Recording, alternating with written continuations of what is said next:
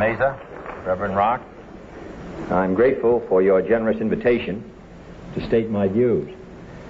While the so-called religious issue is necessarily and properly the chief topic here tonight, I want to emphasize from the outset that I believe that we have far more critical issues in the 1960 campaign. The spread of communist influence until it now festers only 90 miles from the coast of Florida. The humiliating treatment of our president and vice president by those who no longer respect our power. The hungry children I saw in West Virginia. The old people who cannot pay their doctor's bills. The families forced to give up their farms. An America with too many slums, with too few schools, and too late to the moon and outer space. These are the real issues which should decide this campaign. And they are not religious issues. For war and hunger and ignorance and despair, no religious barrier. But because I am a Catholic, and no Catholic has ever been elected president, the real issues in this campaign have been obscured, perhaps deliberately, in some quarters less responsible than this. So it is apparently necessary for me to state once again, not what kind of church I believe in, for that should be important only to me, but what kind of America I believe in. I believe in an America where the separation of church and state is absolute, where no Catholic prelate would tell the president, should he be Catholic, how to act, and no Protestant minister would tell his parishioners for whom to vote, where no church or church school is granted any public funds or political preference, and where no man is denied public office merely because his religion differs from the president who might appoint him or the people who might elect him. I believe in an America that is officially neither Catholic, Protestant, nor Jewish, where no public official either requests or accepts instructions on public policy from the Pope, the National Council of Churches, or any other ecclesiastical source, where no religious body seeks to impose its will, directly or indirectly, upon the general populace or the public acts of its officials, and where religious liberty is so indivisible that an act against one church is treated as an act against all. For while this year it may be a Catholic against whom the finger of suspicion is pointed, in other years it has been, and may someday be again, a Jew, or a Quaker, or a Unitarian, or a Baptist. It was Virginia's harassment of Baptist preachers, for example, that led to Jefferson's Statute of Religious Freedom. Today I may be the victim, but tomorrow it may be you, until the whole fabric of our harmonious society is ripped apart at a time of great national peril. That is the kind of America in which I believe, and it represents the kind of presidency in which I believe. A great office that must be neither humbled by making it the instrument of any religious group, nor tarnished by arbitrarily withholding its occupancy from the members of any one religious group.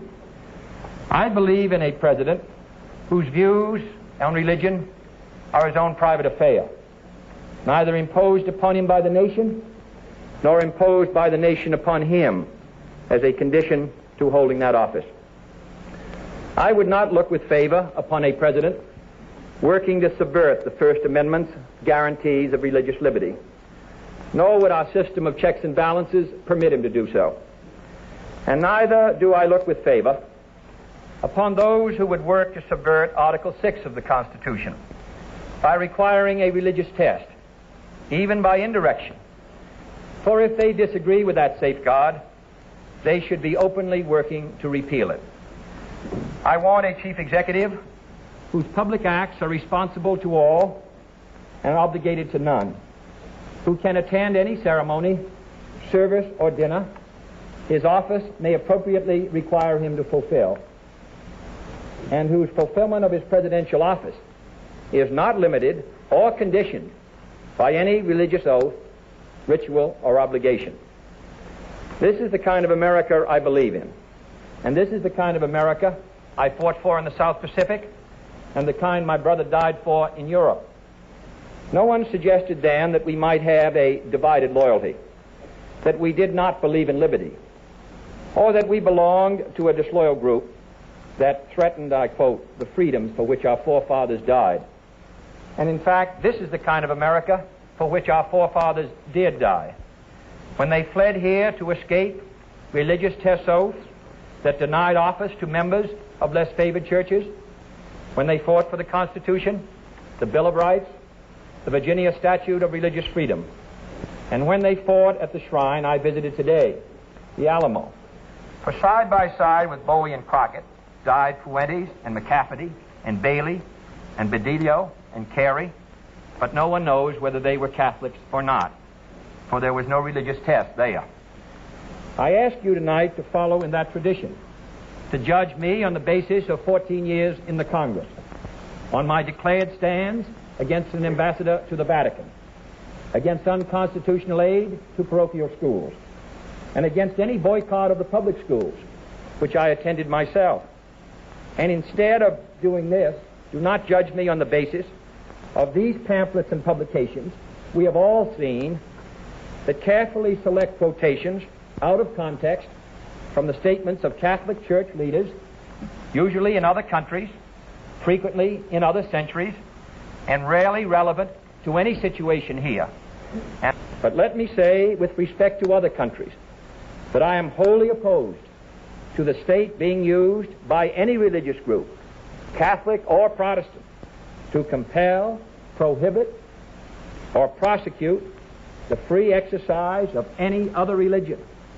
And that goes for any persecution at any time by anyone in any country.